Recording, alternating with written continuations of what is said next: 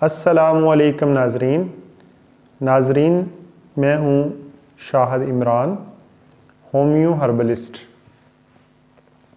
आज हम जिस मौजू पर बात करने जा रहे हैं वो है टाइफाइड। टाइफाइड बहुत तेज़ी से फैलता हुआ मर्ज़ है।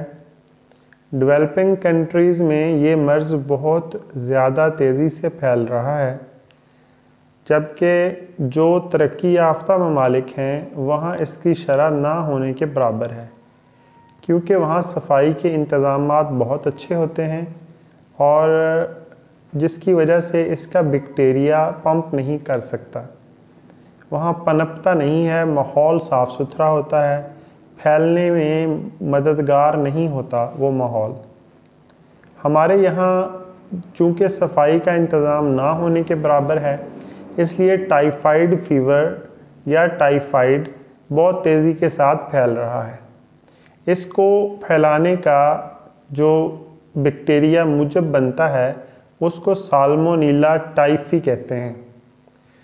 वक्ती तौर पर जब ये बुखार हो जाता है और मरीज़ डॉक्टर के पास जाता है तो एंटीबायोटिक्स खाने से ये बुखार दब जाता है, मुकम्मल तौर पर ठीक नहीं होता।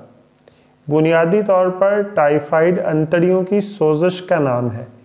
अंतड़ियों में सोजिश हो जाती है जिसकी वजह से अंतड़ियाँ ग़िज़ा को हज़म करने में जो उनका रोल है वो अच्छे तरीके से अदा नहीं कर पाती, जिसकी वजह से मरीज़ कमज़ोर होना शुरू हो जाता है, उसकी भूख भी कम हो जाती है और आसाबी और उज़लाती कमज़ोरी भी लाहक हो जाती है।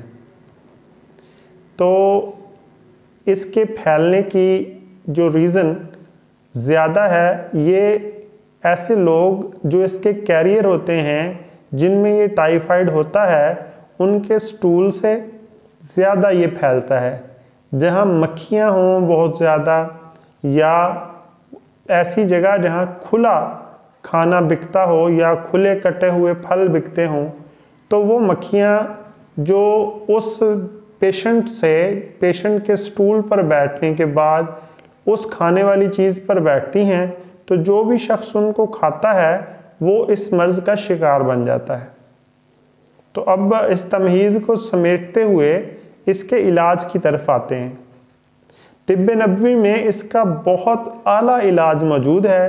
तकरीबन 1 माह दवाई खानी पड़ती है और बंदा बिल्कुल तंदुरुस्त हो जाता है और टाइफाइड जड़ से ख़त्म हो जाता है, यानी अंतड़ियों की सोजिश ठीक हो जाती है।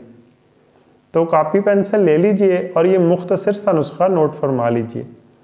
इसमें सबसे पहले है कस्त शीरी 50 ग्राम, दूसरे नंबर पर है बरगे मेहंदी के पत्ते 30 ग्राम, तीसरे नंबर पर है तुख्मे कासनी के बीज 20 ग्राम।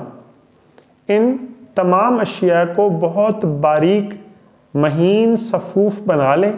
जब ये बिल्कुल महीन सफ़ूफ़ तैयार हो जाए तो इसको छाननी की मदद से छान लें और किसी बर्तन एयर टाइट जार में महफूज करके रख लें।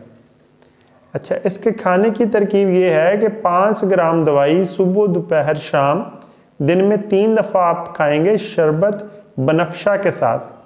शरबत बनफ़शा 3 चम्मच 1 गिलास पानी में हल करेंगे, उसके साथ ये 5 ग्राम दवाई आप खाएंगे सुबह दोपहर शाम। अल्लाह के हुक्म से जो इसको 1 माह लगातार इस्तेमाल कर लेंगे उनकी अंतड़ियों की सेहत बहाल हो जाएगी और ये बैक्टीरिया ख़त्म हो जाएगा। इसी के साथ आज का टॉपिक क्लोज़ करते हैं। जल्द मिलेंगे किसी नए टॉपिक के साथ। अपना और अपने इस चैनल का ख्याल रखिएगा। अल्लाह हाफ़िज़।